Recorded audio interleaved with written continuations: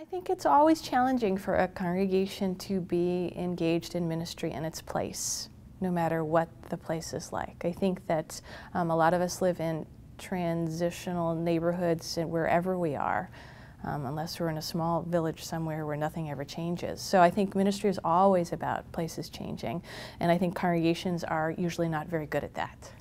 So I think it's always trying to figure out who's here and who's the stranger.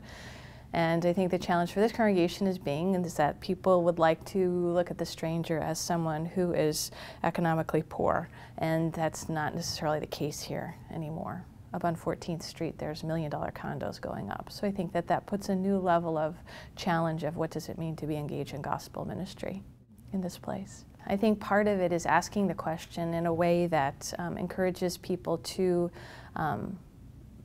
engage it as a part of gospel ministry rather than as just a reaction and a moaning that we don't like this. And I think that continues to be a challenge. And it's up and down this section of Northwest for all the congregations here. Everyone's sort of surprised as to how the neighborhood is. And I think that for church in these days, it's trying to discern what is happening among the newer people that are coming in? Is there a sense of hunger for God? And I don't think we have answers to those things.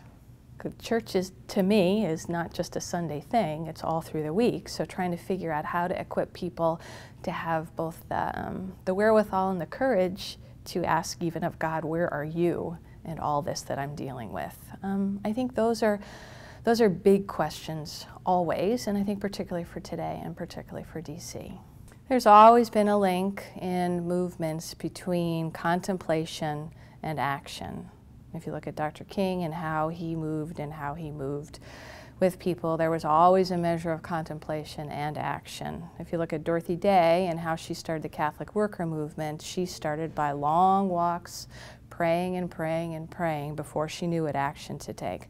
So contemplation and action are always linked together if you want something that's sustainable. Because what the wise ones would say is that the vision is a vision from God. It's a prophetic vision from God. And you can't get between here and there if you don't have the spiritual depth, because what it takes is you really dying to yourself and rising to a grander vision that you are in. And you learn about the vision through studying the Bible, and you learn how to sing yourself towards the vision. If you're singing with people who are in recovery, who've just come from jail, who are suffering, and who know that the only place that they've been able to find solace is through God, that is not sort of flippant singing. That's deep soul-filled singing, and that is what allows people to make a move that doesn't make sense. And I think that's what these days are calling for, prophetic moves that don't make sense.